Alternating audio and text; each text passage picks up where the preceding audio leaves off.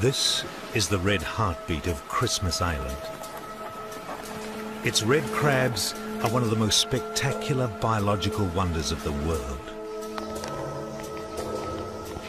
Each year, for countless thousands of years, they have mass migrated in their tens of millions from the forests down to the shore to spawn.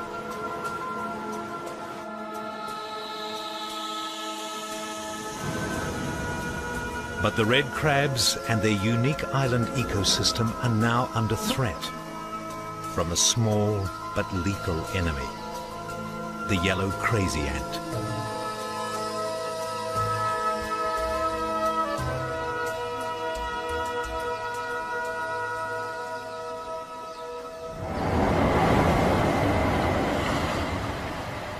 Christmas Island is in crisis. It is facing a threat as alarming as any in its turbulent past.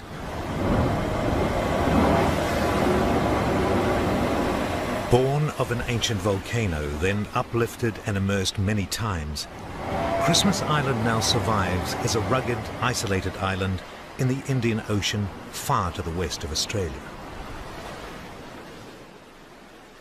Over millennia, this isolated island grew into a haven and breeding place for sea creatures and sea birds.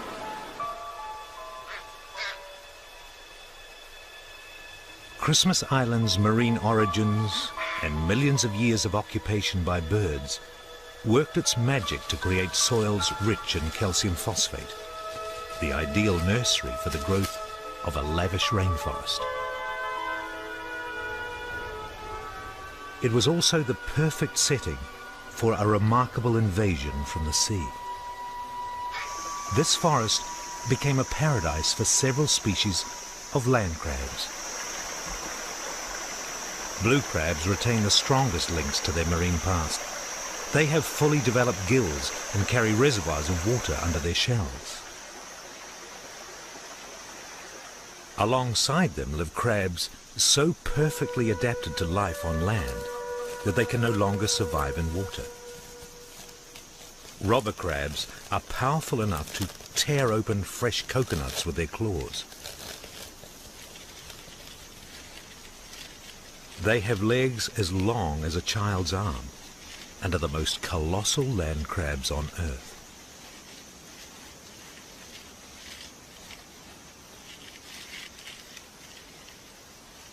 But big as they are, robber crabs do not dominate the forest floor on Christmas Island. That distinction belongs to red crabs. Red crabs dominate through sheer numbers. There are between 80 and 120 million of them living on this small island, and their burrows are everywhere. As they dig their burrows, in their slow, methodical way, they cultivate the forest floor, tilling the soil, aerating and replenishing it.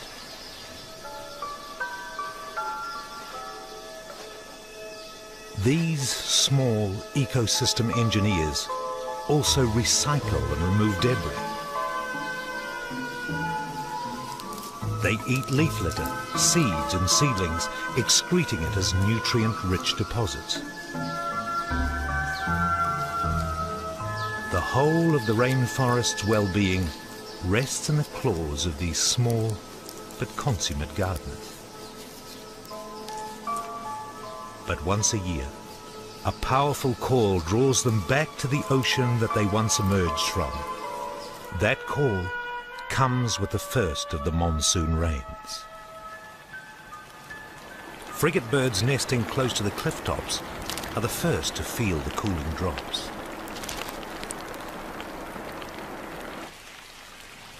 As the rain reaches the forest floor, it triggers a flurry of activity among the red crabs.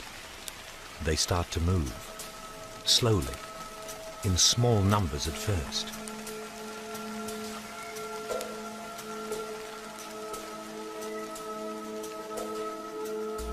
But within a few hours, the movement has spread around the island, and the annual migration back to the ocean is underway.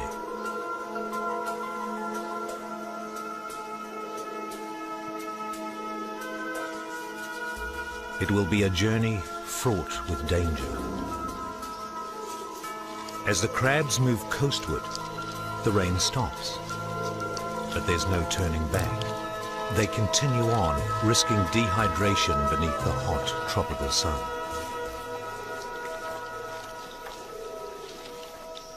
In an effort to conserve water, they journey in the early morning or late evening, moving from shade to shade if they can.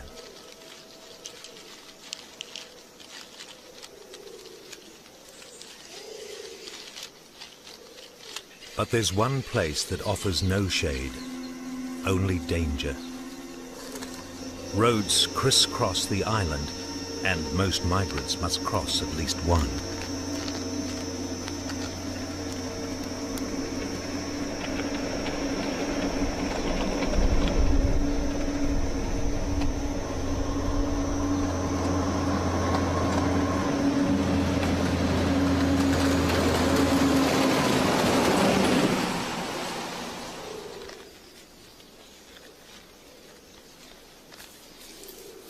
Red crabs are cannibals and eat fallen companions.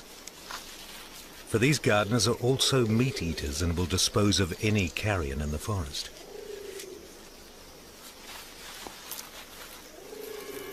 But beyond the road, they face a far more serious and sinister threat. Crazy ants.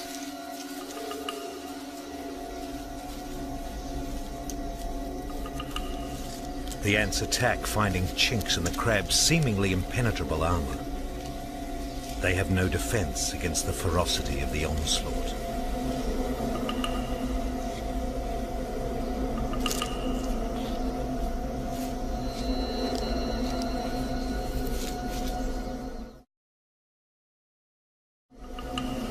Ants target the crab's vulnerable points, the eyes and the mouth.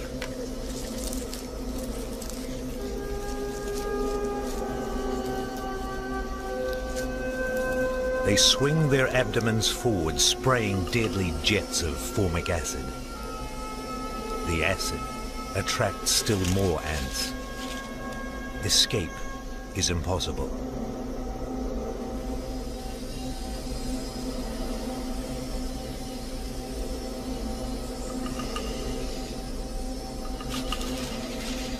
In an effort to flush out the burning acid, the crabs force moisture through their gill openings.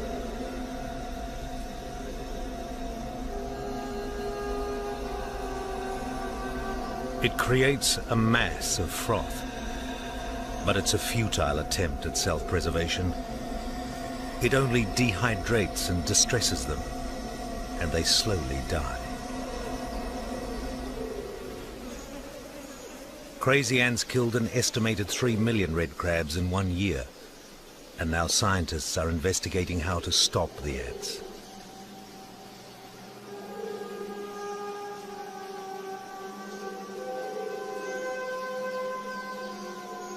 The task for Dennis O'Dowd and Peter Green is daunting. Crazy ant colonies are spreading at the rate of up to 3 meters a day around the island. Dead rock. The tiny invaders seem unstoppable. Yeah, crabs have been dying here for a while. This one, a bit pale and starting to break up. And to add insult to injury, you quite often find ant nests inside the old carcasses. Whatever plan the scientists recommend, the job of putting it into action will go to Parks Australia.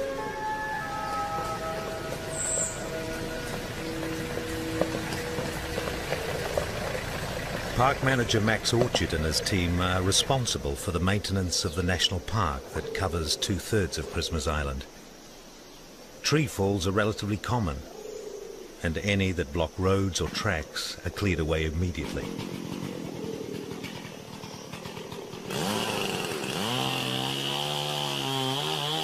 This large trunk will be difficult to move, so they decide to split it lengthways first. But in doing so, they make a startling and chilling discovery. Within a hairline crack of this healthy trunk is a large nest of yellow crazy ants. The worker ants rush to rescue the exposed larvae and bundles of egg masses.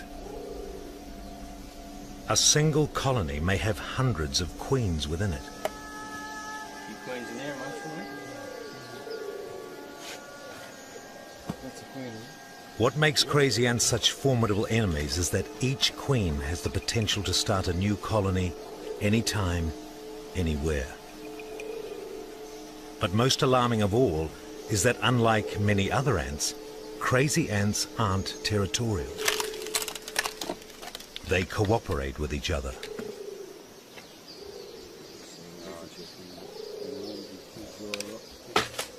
What appear to be separate colonies is in reality a huge supercolony that acts and works as one vast, slowly expanding army of devastation. To better understand the crazy ant offensive, scientists are trying to track the spread of the colonies.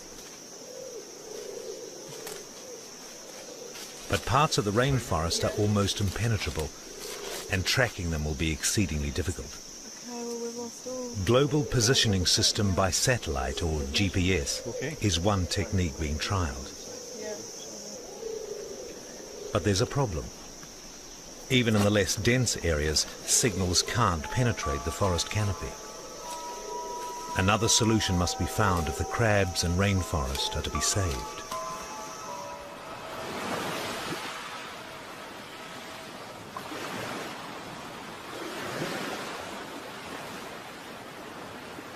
Some crabs have made it to the coast. Their reduced numbers show the huge toll the crazy ants are taking.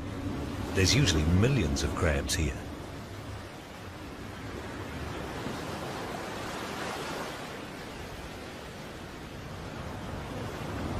They come to dip and soak in the sea.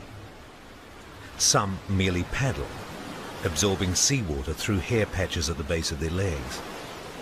Others use their claws to spoon water. The water replaces moisture and salts lost during their year in the forest.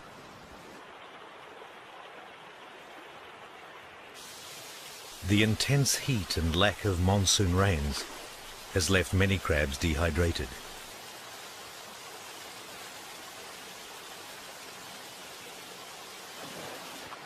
At Waterfall Cove, the frigate birds too are feeling the heat. They pant and fan their wings in an effort to stay cool. Fresh water from the spring floats on top of more dense seawater, and the frigate birds skim the surface to drink.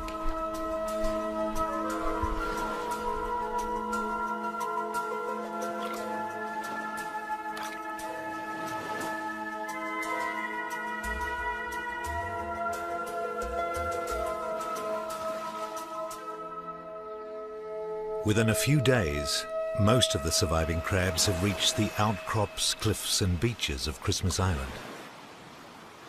Places like Greta Beach are the most dangerous for crabs to dip.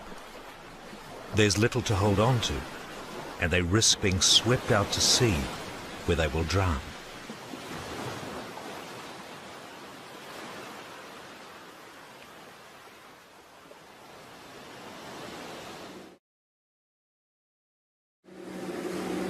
Max Orchard and his crew monitor the number of crabs that have made it to the shoreline. In previous years it's been one of the major spawning spots, but this year there's no crabs here at all. Wherever there are ant colonies on the terraces above the shore, few crabs have made it through to the coast. Oh, you're starting to get crabs again now.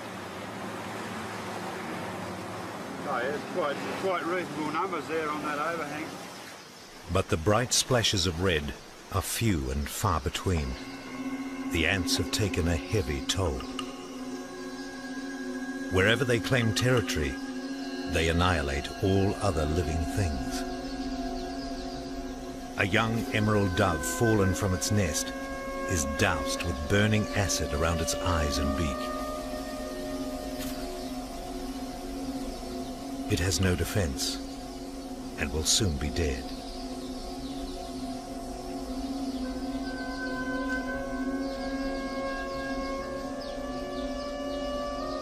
Crazy ants are so named because of their frenetic behavior.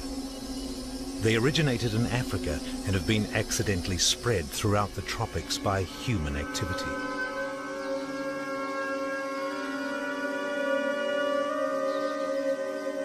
They need a constant supply of protein to produce eggs and larvae. Nothing survives these coldly efficient workers. They seize every opportunity to kill and consume the creatures of this forest.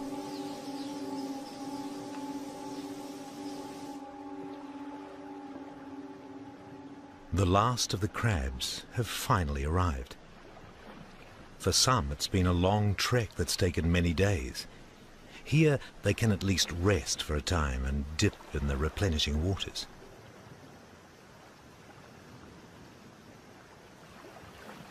But even here, they aren't safe. In the waters around Christmas Island, there are over 30 species of moray eel.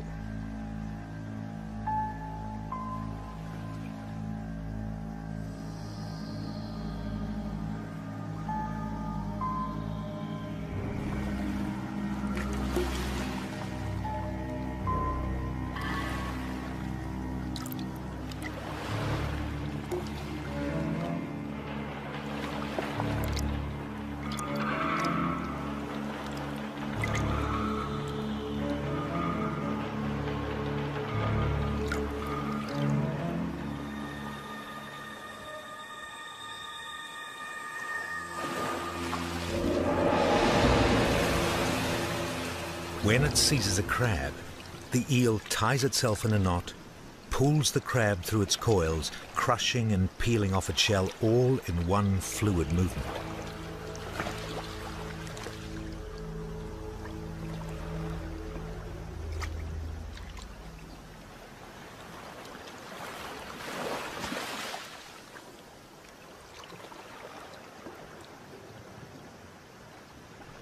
A few days later, the beach is completely deserted. All around the island, the crabs have suddenly disappeared. Another mysterious signal, known only to the red crabs, sends them moving back toward the forest.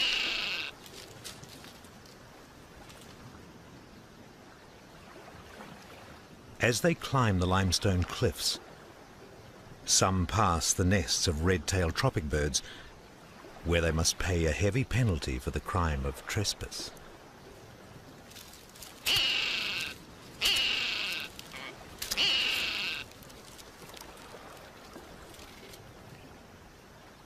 But this is just a short journey. Their destination is the shore terraces above the cliffs that will soon be their mating grounds.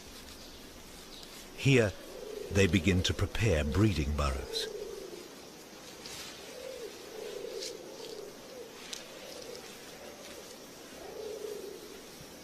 The male's claws, which so delicately spooned water, now move piles of dirt as they dig the burrows that will attract females. But as prime digging space gets scarcer, competition increases.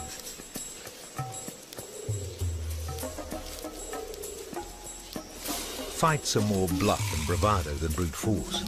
It's rare that males are seriously injured, and lost limbs usually grow back during the following year's molt.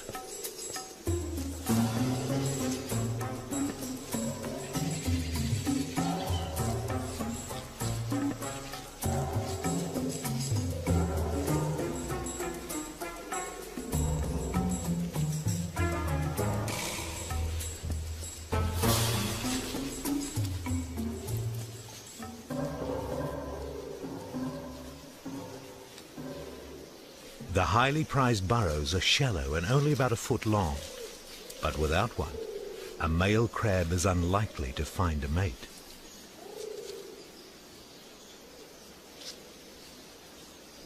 These crabs usually avoid the heat of the sun, but the time of migration is an unusual time, and their behavior is driven more by hormones than the need for comfort.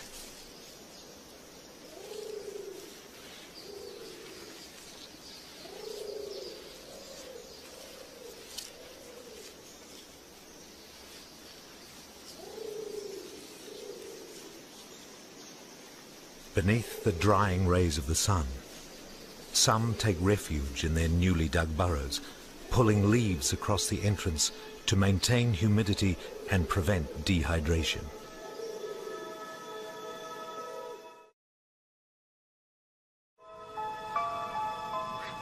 Rising winds herald the return of the monsoon.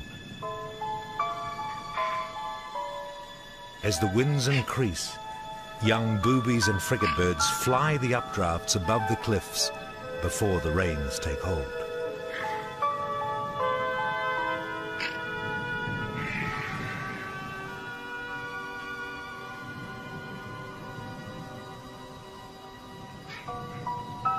But there is another seabird on the island whose young cannot yet fly the windy cliffs.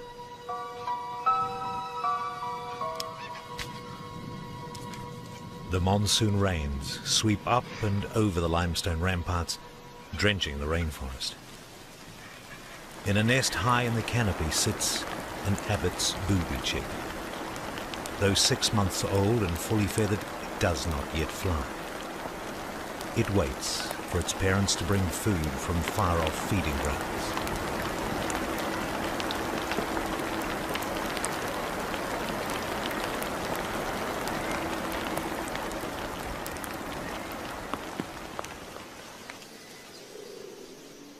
The rain softens the soil and revives the land.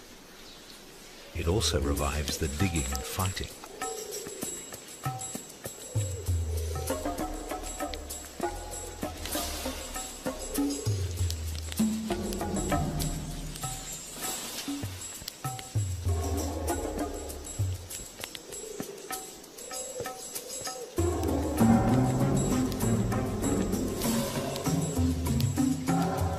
As the tempo of fighting increases, the females begin to move among the breeding burrows. Mating season has finally begun. Though red crabs usually mate underground, in these cooler, damper conditions, some are seen in the open.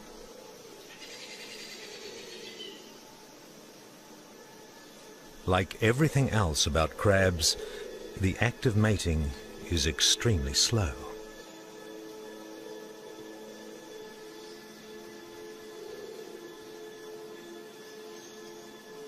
A coupling embrace can last up to 25 minutes, after which the female moves underground to fertilize and incubate her eggs. The males, however, immediately begin the long journey back to the forest plateau.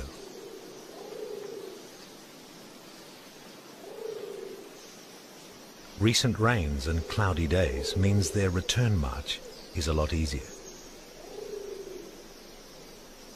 They retrace their steps up the same valleys and across the same piece of road that brought them down to the shore. But on the return journey, some crabs find that their path is not as clear as it was a few weeks ago. New crazy ant territories now block their homecoming path, and the killing begins all over again.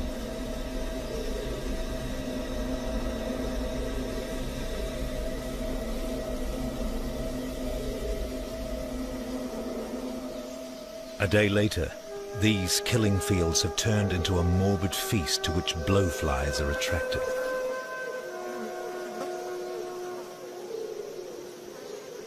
Within hours, the blowfly's eggs have hatched into voracious maggots.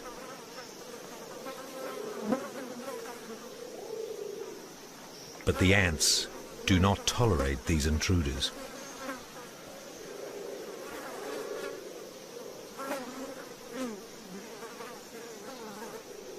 Even the maggots and their wallows of decaying crab flesh are attacked and sprayed with lethal acid. They will soon become more food for the masses of larvae in their colonies.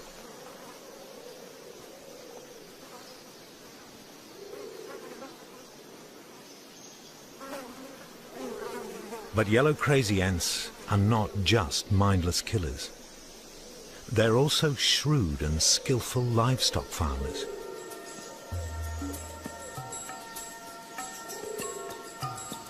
crazy ants farm scale insects. These red and yellow bulbs are adult scale insects that attach themselves to the surface of the trees.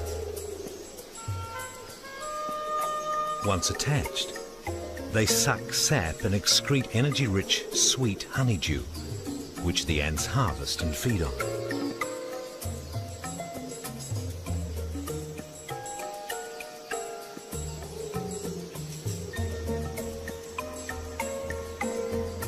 Wherever in the world these ants are found, their livestock is always close by.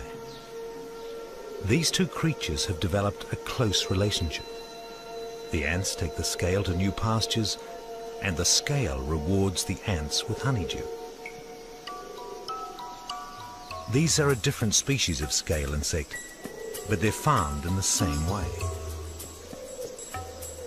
But the ants have another strategy to increase both honeydew production and their own population. They move young scale insects high into the branches. This helps increase the range of both scale insects and ants.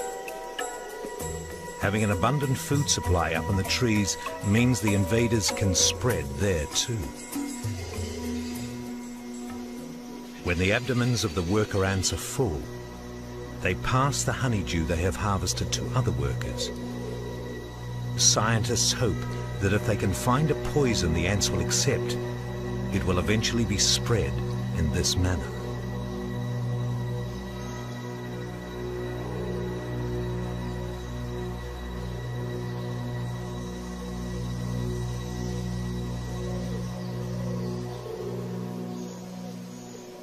Honeydew that isn't gathered can cause serious problems when it falls onto the leaves below.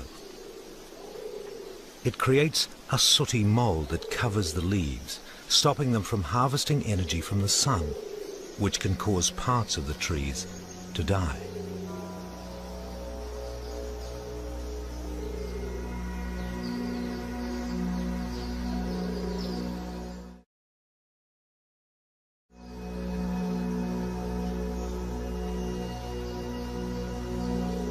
If the ants continue to spread the scale insects, the sooty mold will also spread and could kill large areas within the high branches of the rainforest. Increased canopy dieback would have a devastating effect on the creatures that live there, especially Abbott's booby. Abbott's booby was once widespread on islands of the Indian Ocean.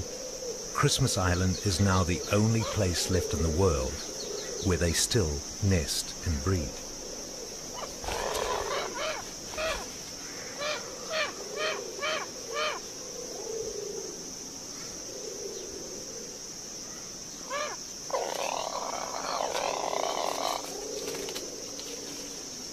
Even here, 1/4 of the birds' nesting sites have already been destroyed by human activity.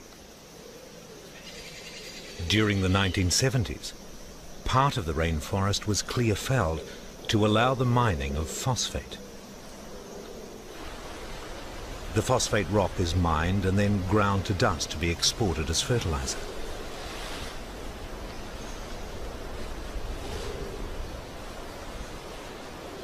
Although clear felling has now stopped on Christmas Island, the legacy of the past is still hazardous for the Abbott's booby population.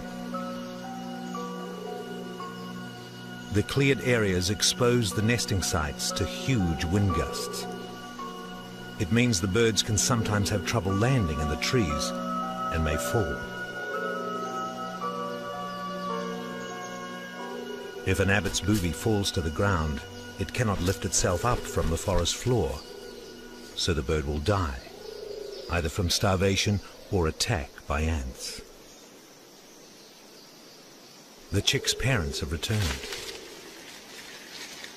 Abbott's boobies are unique in that a chick spends an astounding 13 months in and around the nest.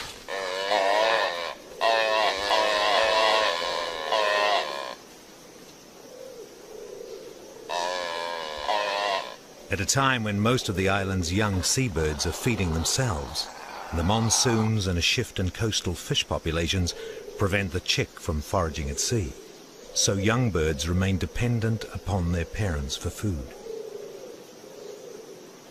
Because of the long time spent raising a single chick, Abbott's boobies only breed at best every 3 years, and on average produce one independent offspring every 5 years.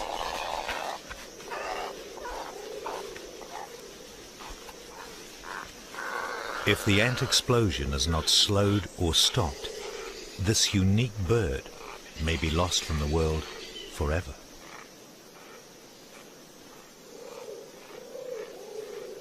Two weeks have now passed since the crabs mated.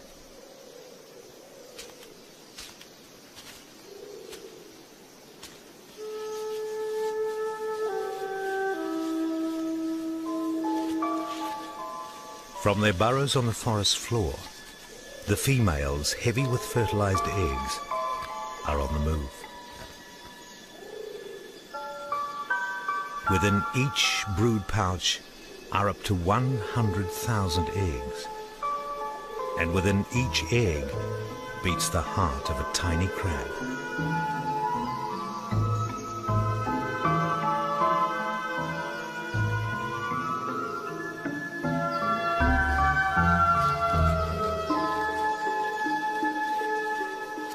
The females slowly make their way from the coastal terraces down to the shoreline, carrying the hopes of all red crabs with them.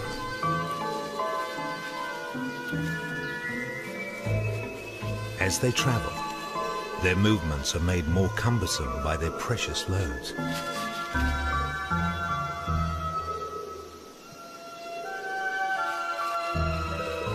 They move with purpose and resolve. They have an appointment with the moon.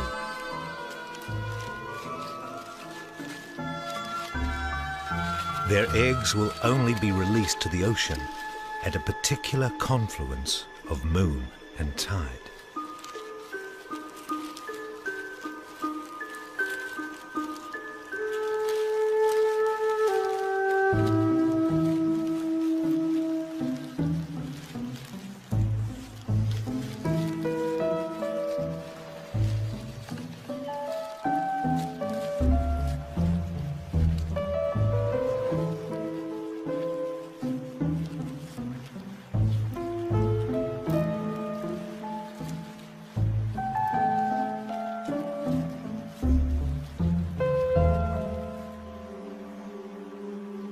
Within the undergrowth, a predator waits. A robber crab is on the hunt. It easily overcomes its prey and helps itself to a protein-rich dinner made more nourishing with lashings of caviar.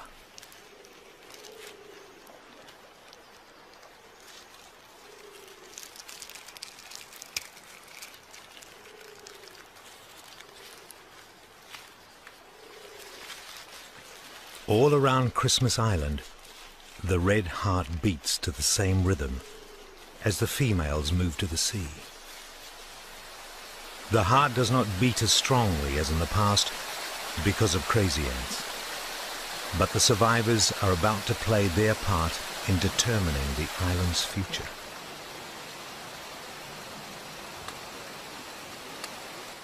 Most females make it to the safety of the shore, where they dip, washing the mud of the burrows off their shells. But their eggs are not released. It is not yet time.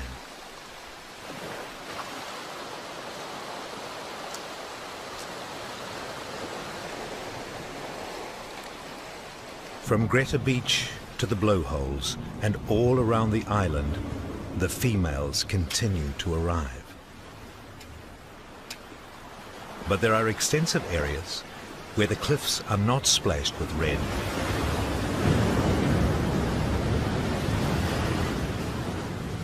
More evidence of the huge devastation being caused by the ants.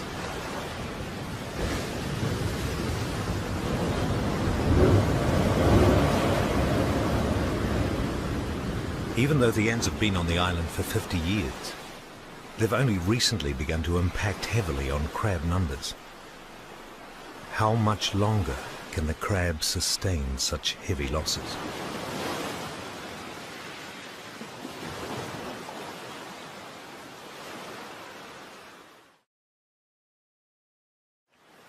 This year, there are far fewer females coming to spawn than ever before. As recently as 2 years ago, the gathering females looked like this. Practically the entire coast was painted red with life.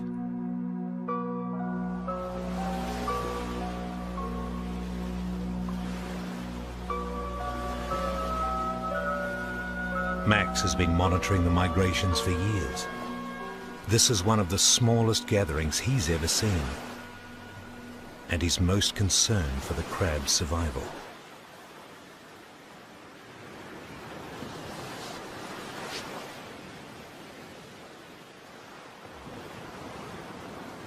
There's never been a time when the female's role was more critical, and tonight is the time when they must play their part.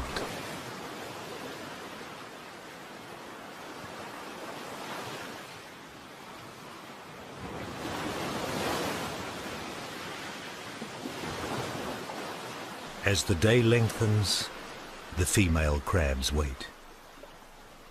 Tonight is the night of the neap tide, the smallest difference between high and low.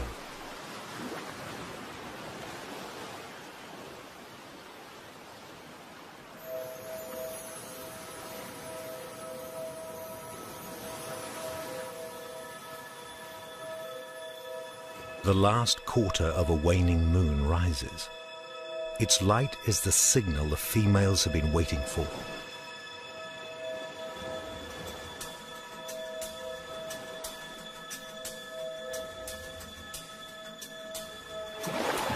As each female reaches the water, it's as if she's raising her limbs in an ecstatic dance of life as she offers her eggs to the ocean.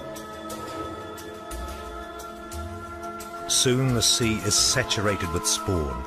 Countless millions of tiny lives whose battle for survival begins from the moment they leave their mother's protection.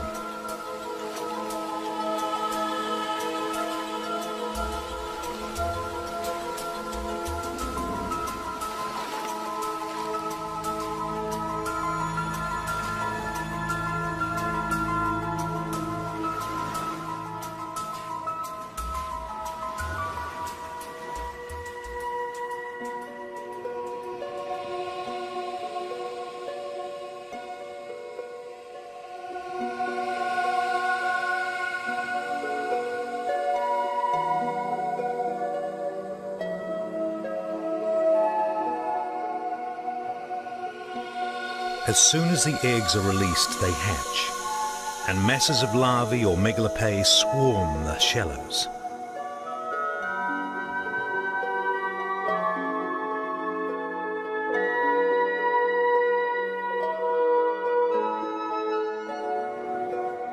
The crab larvae are like miniature mythical beasts with tiny spikes on their heads, which they use to rip open their egg sacs. And their powerful tails propel them into the next stage of life.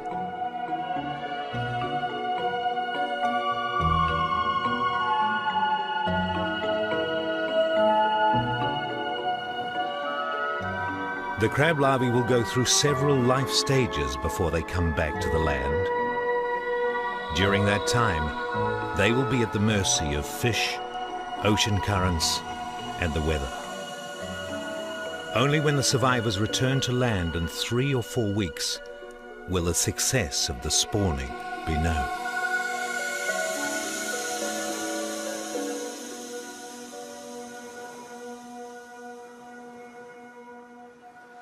Their eggs released, the female crabs begin to move out of the water and across the beach. The sun rises upon females with their brood pouches now empty, beginning the long march back to the forest plateau. Among them are a few females who haven't released their eggs. They will spawn over the next few nights.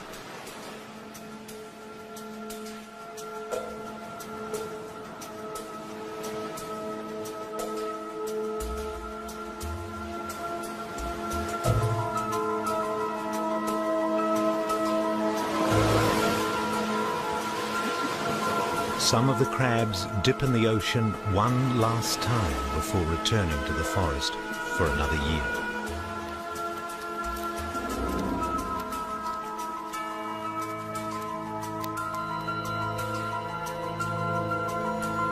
The purpose of their journey fulfilled, the females move more easily now. It's been a month since they began their migration.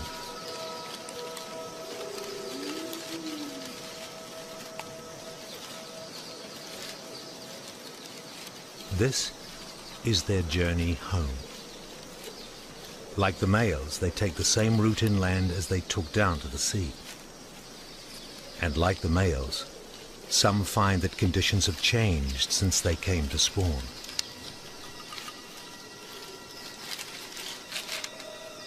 Crazy ants have invaded the burrows on the lower slopes.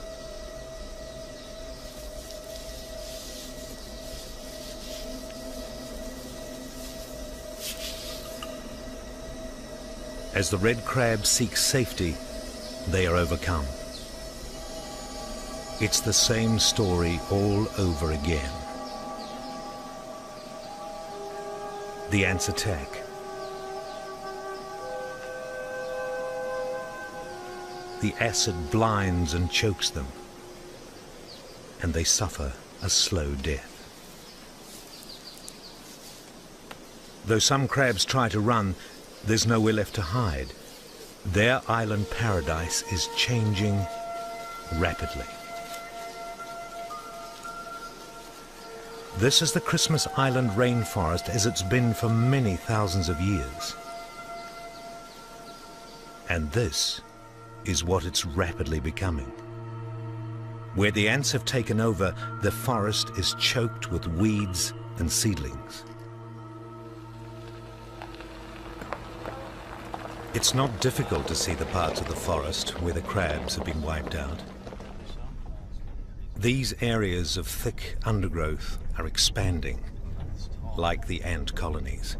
Okay, let's go do it. As part of their strategy, scientists are monitoring the impact the ants are having on the forest itself. Okay, look out for this stinger here, okay? Right here? The more information they have, the better their chance of beating the ants. They're measuring the rate of change in the forest within heavily infested areas. CN 68. It's a chilling exercise. For even if the ants are controlled and red crabs are able to repopulate these areas, 169. they believe it would take many decades for the forest to return to its natural state. But controlling the ants, or even halting their spread, is the most pressing task.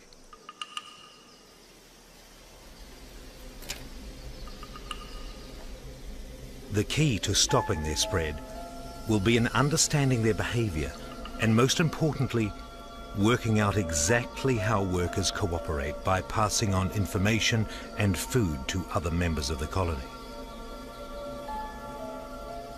Scientists' main hope is that the cooperative behavior of crazy ants can be turned against them, that they will pass poison from ant to ant and that way spread death throughout their colonies.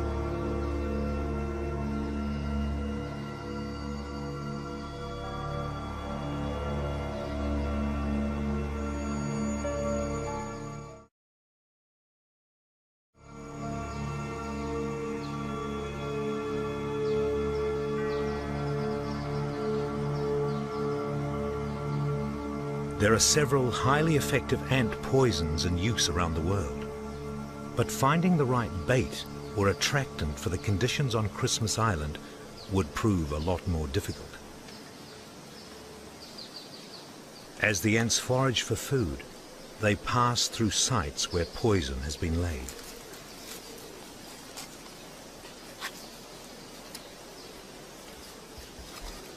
This green poison has a fish oil attractant, but the crazy ants ignore it. Trials with a second yellow poison, which has a carbohydrate attractant, reveals fascinating behavior. A tiny Fodoli ant picks up the bait and is attacked. But the poison is ignored.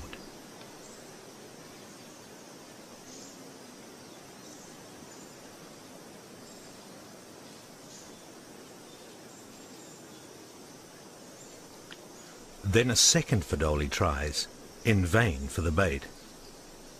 Finally, a third group claims the poison. Again, the crazy ants attack.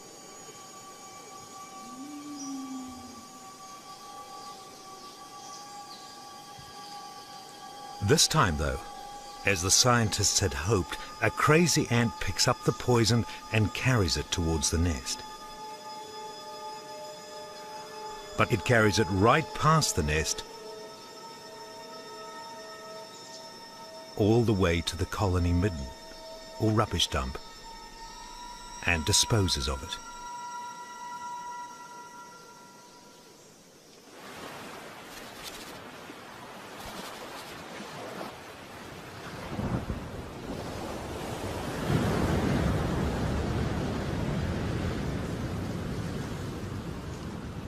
As the storm of the ant invasion builds on land, the weather deteriorates out at sea.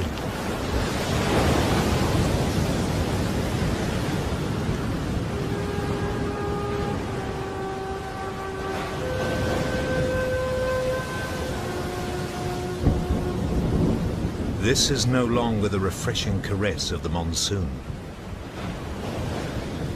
Christmas Island has caught the edge of a full-blown tropical cyclone.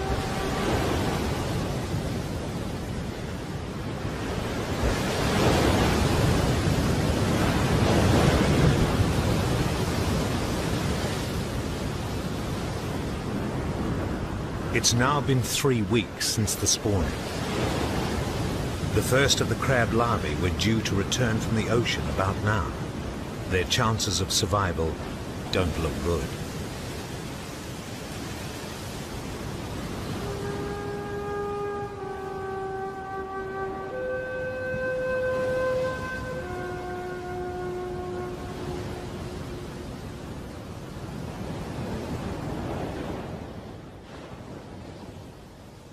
Finally, the storm recedes. Its damage done.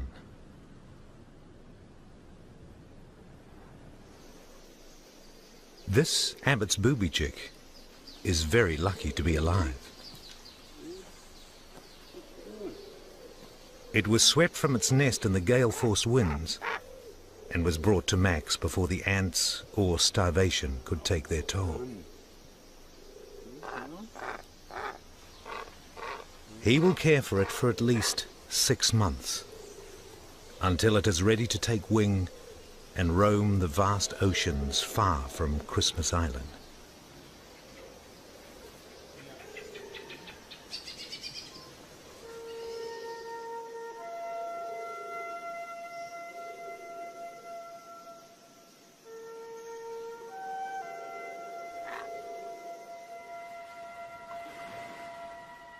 Exactly 1 lunar month after the main spawning, a second, smaller event takes place.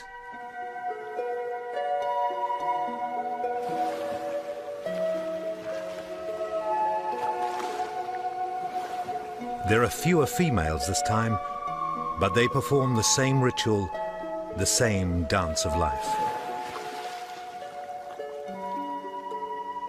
The red crabs have one more chance at sustaining their numbers this year.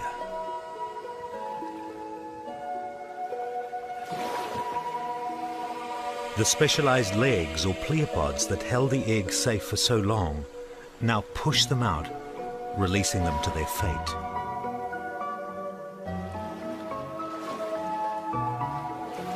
One crab's misadventure is another's hearty meal.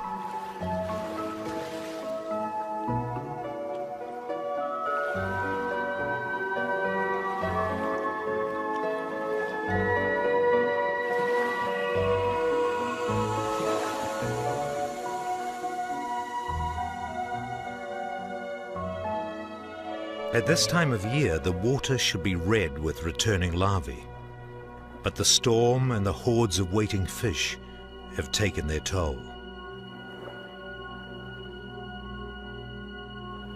None of the larvae from the first spawning have returned. Although the second spawning offers another small chance, the crab larvae will still have to face the same dangers at sea.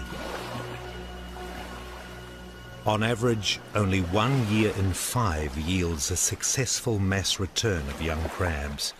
This will not be a good year. Finally, a few from the second spawning return. Like tiny spiders, this next generation crawls inland, retracing a journey their species has made for thousands of years. Instinct pulls them forward. But in spite of all they've already endured, nothing in their biological inheritance has prepared them for what lies ahead. Crazy ants.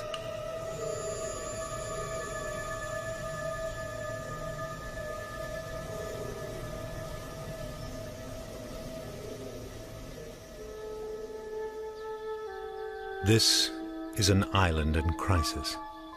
Scientists already know that exterminating the ants will be almost impossible.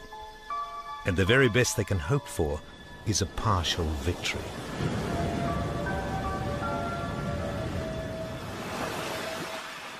For the island's crabs, that means partial defeat. It's unlikely that we will ever see red crabs in the numbers of years now past. The very heartbeat of Christmas Island is fading, and there will be no easy solution.